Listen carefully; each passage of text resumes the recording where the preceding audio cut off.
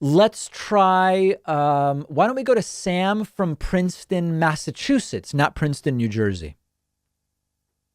Hey, David, can you hear me? Yes, I can. Um, so I'll preface this by saying I sort of realized that this isn't exactly the top of like priorities right now. Okay.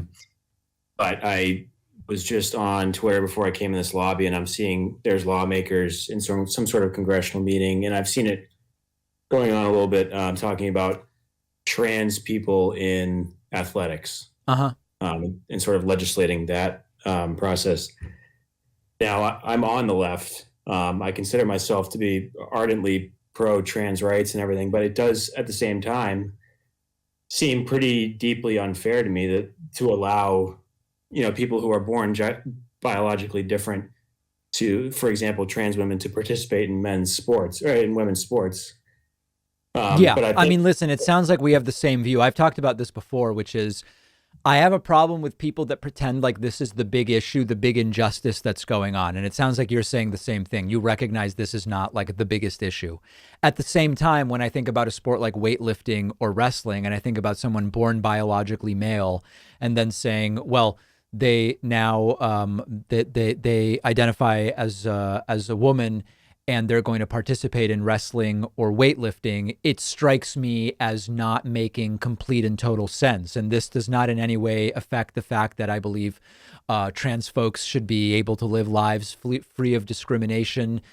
They should be included in protections when it comes to employment and should be able to have a license that reflects their gender as they want to exist in the world.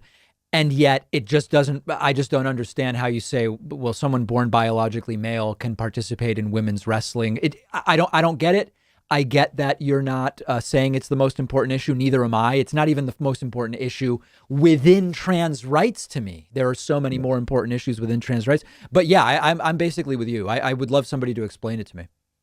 yeah, I totally. And the thing that sort of concerns me is like, I watch your show and I watch other things too. And the sense that I get is that I would be called a transphobe for that. And I'm seeing people like in the Majority Report and that sort of thing saying, that opinion, people are sort of dunking on like Tulsi Gabbard for having that opinion, saying she's not really on the left. And I was thinking, well, I mean, I don't know if that's fair. Well, here's the thing. I mean, the question is, so I've said before how you can be in favor of the movement to boycott Israeli products and services without being anti-Semitic, but it also is a great cover for lots of anti-Semitic folks. Right. Much the same way, you can have this position or these questions about the trans women's sports issues and be using it as a cover for your transphobia. Or not. You might be a staunch defender of trans rights and anti-trans discrimination and still have that question. So it's not a rule that you are or are not transphobic because you are trying to better understand this issue as I am. Right. Yeah, that's where I see myself. So Yeah. anyway, thanks for taking my call. All right. My pleasure. Appreciate the call very, very much. That is all the time we have for today. I apologize I was not able to get to everybody, but I hope to be able to at some point in the future.